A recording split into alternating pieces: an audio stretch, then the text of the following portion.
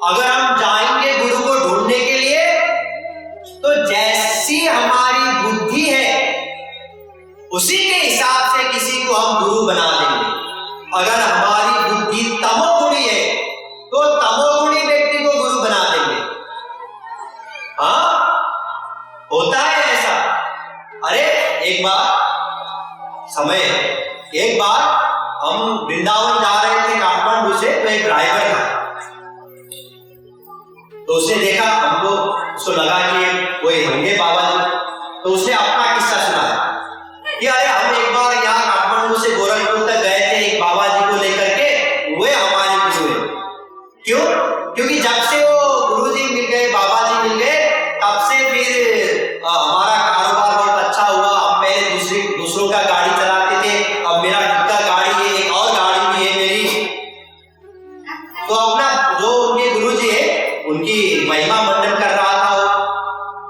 अच्छा, तो मैं तो केवल सुन रहा था, वो बताते जा रहा था। तो कह रहा था कि जब हम आधा रास्ते पहुंचे तो वो इतने प्रकांड ऐसे महात्मा थे कि रास्ते पर केवल उन्होंने एक बार खाया। क्या खाया?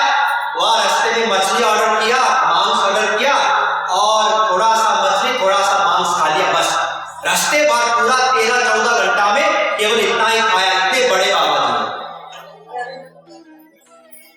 मतलब उसकी बुद्धि थी तमोगुणी। तो अपने बुद्धि के हिसाब से कोई तमोगुणी व्यक्ति को उसने क्या किया? गुरु माना।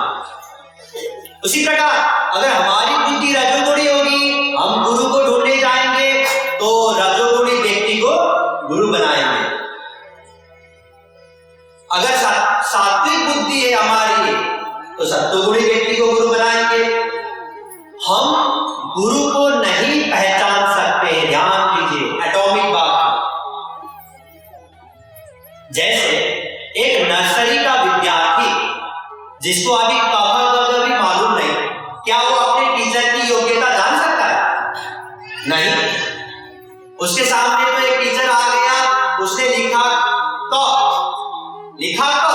और कहा बच्चों बोलो ये ग है, सब बोलेंगे ग। उनको क्या पता कि ये ग है कि ग है कि फ है कि क्या है। और कोई 5 क्लास पढ़ा हुआ व्यक्ति जाए, उसको भी वो कहेगा अरे बहुत विद्वान, पीएचडी किया हुआ कोई प्रोफेसर जाए, उसके लिए भी वो बच्चा कहेगा कि वो विद्वान है। अपने टीचर की योग्यता जैसे बच्चे नहीं जान सकते, ठीक वैसे ही हम लोग भी गुरु की योग्यता नहीं जान सकते। समझ में आ गया? ऐसे समझ लीजिए, चैतन्य महाप्रभु जी कहते हैं जार चित्ते कृष्ण प्रेमा करय उदय, तार वाक्य क्रिया मुद्रा विज्ञे ना बुझे। जब जीव, ध्यान दीजिए, भगवान को प्राप्त कर लेता है, गुरु का मतलब क्या? पहले तो महापुरुष होना पड़ेगा ना गुरु, भगवान को प्राप्त करना होगा। फिर उसको अगर हम उसके शरण में रह करके साधना करेंगे तो हमारे लिए गुरु हो गए।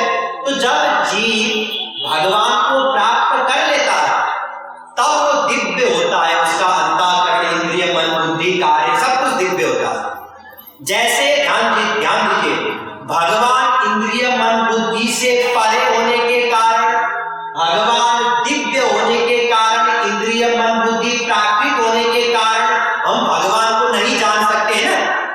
डिटेल में आपको बताया गया था एक दिन, पूरा शास्त्रों से, वेदों से, कि हम भगवान को नहीं जान सकते, हम भगवान को नहीं जान सकते, इस कारण से नहीं जान सकते, उस कारण से नहीं जान सकते, डिटेल में समझाया गया।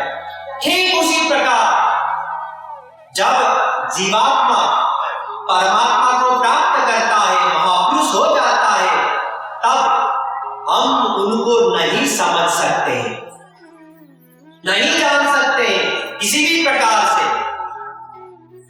अगर ऐसी बात है तो फिर कैसे गुरु मिलेंगे? एक ही उपाय है, ध्यान दीजिए, क्या? रोकर भगवान से पुकारते हैं। अभी भगवान शंकर जी कह रहे थे ना, बेनु हरि कृपा न होई सो, गावहि वेद पुराण, बेनु सत्संग विवेक न होई, राम कृपा बिनु सुलभ न सोई। जब भगवान कृपा करते तभी तो गुरु मिल जाएंगे, सत्संग मिल जाएगा, संत मिल जाएंगे। भगवान की कृपा से ही मिलते हैं, इसीलिए भगवान से पुकार करना होगा। ध्यान दीजिए, अगर हमने कभी किसी जन्म में भगवान से पुकार किया था कि हे प्रभु हमको वास्तविक गुरु का दर्शन सत्संग प्रदान करिए, तो इस जन्म में हमने प्रयत्न ही नहीं किया था, कोशिश ही नहीं किया था, ऐसे ही ऐसा संयोग बन जाएगा कि हमको वास्तविक महापुरुष मिल जाएंगे। लेकिन अगर पूर्व जन्म में हमने नहीं किया था तो वर्तमान जन्म में हमको रो करके अंदर से जब हम भगवान से प्रार्थना करेंगे कि हे प्रभु हम आपको नहीं जान सकते और आपके शरण में जाने के लिए भी क्या करना होगा ये भी हमको पता नहीं, वो तो गुरु ही बता सकते हैं। और हम गुरु को ढूंढ के नहीं जान सकते हैं कि कौन गुरु है कौन नहीं है। वर्तमान में तो 99% फर्जी बाबा जी है, तो हम कैसे जाने? इसलिए हे प्रभु हमारे ऊपर कृपा कीजिए, हमको कोई वास्तविक गुरु का दर्शन सत्संग प्रदान कीजिए। जब इस प्रकार हम भगवान से पुकार करेंगे तो भगवान ही ऐसा संयोग बनाएंगे कि हमको वास्तविक महापुरुष का दर्शन सत्संग प्राप्त होगा। फिर हम उनको मन से गुरु मान के, ध्यान दीजिए, उनको मन से गुरु मान के अपनी साधना कर सकते हैं। गुरु मानने का मतलब मंत्र लेना नहीं है। गुरु मानने का मतलब उनके सामने जाकर के साष्टांग दंडवत करना भी नहीं है। गुरु मानने का मतलब है उनकी आज्ञा का हम पालन करें, प्रत्येक आज्ञा का। अच्छा ये बताइए, आप लोगों में से बहुत से ऐसे लोग हैं जो ये सोचते हैं कि हमने किसी को गुरु मान के रखा है। आप फर्जी बाबा जी हो, वास्तविक महापुरुष अलग बात है, हमने किसी को गुरु मान के रखा है। लेकिन मैं निवेदन करूं, आप में से कोई भी ऐसा नहीं है जिन्होंने किसी को गुरु माना। आप कहेंगे अरे ऐसा कैसे कह सकते हैं, हमने मंत्र भी लिया है, दीक्षा भी लिया है, ऐसा भी किया है, वैसा भी किया है, हम तो गुरु मानते हैं। नहीं नहीं, एक भी ऐसे कोई नहीं है जिन्होंने किसी को गुरु माना। अब सुनिए, मैं तर्क के साथ बता रहा हूं। ये बताइए सबसे पहले आप किसकी बात मानते हैं?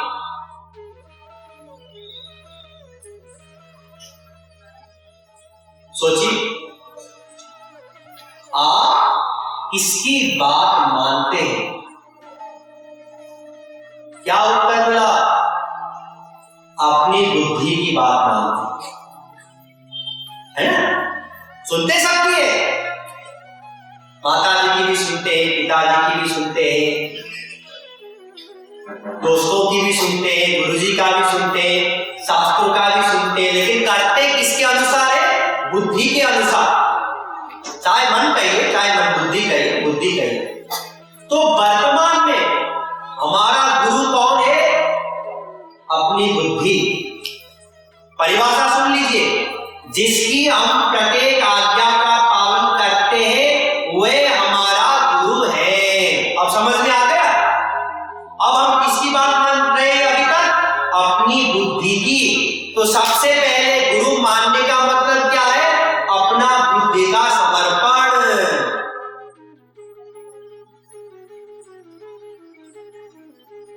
प्रथम श्रद्धा युक्त हो जा, शरण गुरु पद प्यारे। गुरु की बुद्धि में जोड़ निज बुद्धि, है शरण यह प्यारे। साधना करो प्यारे। युगल माधुरी जगत गुरु श्री कृपालु जी महाराज भी यही कह रहे हैं।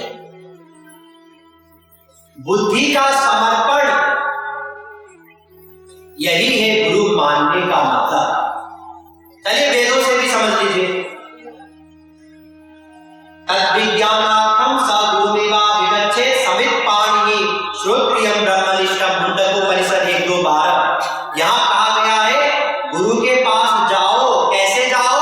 समित् पाणिः, हाथ में संविदा लेकर के। कैसे?